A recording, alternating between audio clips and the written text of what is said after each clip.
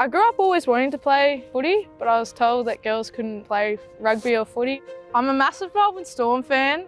I remember watching the boys play and I remember saying, I want to play for Melbourne Storm one day. And so I was sort of told there wasn't girls that played in grassroots, sort of primary school age.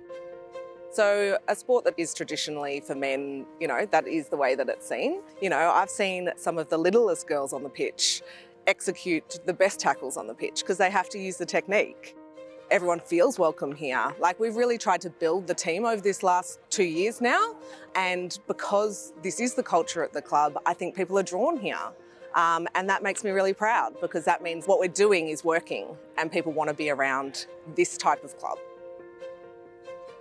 A positive environment for female participants in sport, for me, looks like being able to turn up to rugby as your whole self. It's about being able to turn up to training, know that you're welcome here, know that you can give everything that you've got. There really are no strangers at the club. While you might forget a name, you know a face.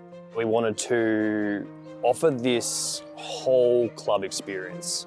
So breaking down any gap of you're a first grade player, you're a third grade player, you're a women's player. We'll start with a huddle. And that's every player. So men, women's, Colts, everything together. And then we go into what we call a spark up or a hype game. And that's a really good way to have players integrate with each other where they get to meet someone new. I've even noticed from pre-season games that the men are asking how the women are going during the warm-ups, and I think that's just really positive, that the men are buying in and hoping that the women are doing well. I think the women bring a unique energy of a general excitedness to be part of rugby in a club, and I think sometimes some of the boys can forget about that, like why they're playing the sport, and hopefully that is also igniting a bit of joy being, playing rugby and going back to why you're actually playing the sport. Though this is deemed as quite a masculine sport, I think that it doesn't have to be that way. I feel like in a way it degrades women's sport as a whole because we're just second best, not valued enough to be given the respect of being treated the same as the people that are next to us, or to be honest, people that are 3 grades below you. I've been kicked off the main field before so the seconds could play on the main field. It's like, no, we're a first team. I think this is the first club I've been to where for the first kind of half an hour of training, the men and the women are being trained together by the same coaches. That fosters such a sense of community, and it feels like we're being valued equally as much as all of the men's programs are.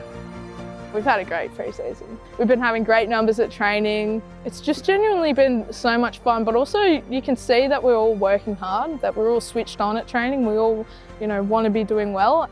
We've already had some great experiences in our practice matches and in the Tackling Leukemia 10s competition. So we took the W out with that, and that was a great experience. And to get a win and come back to training on the Tuesday, felt so good. So I'm just so excited to see what we can do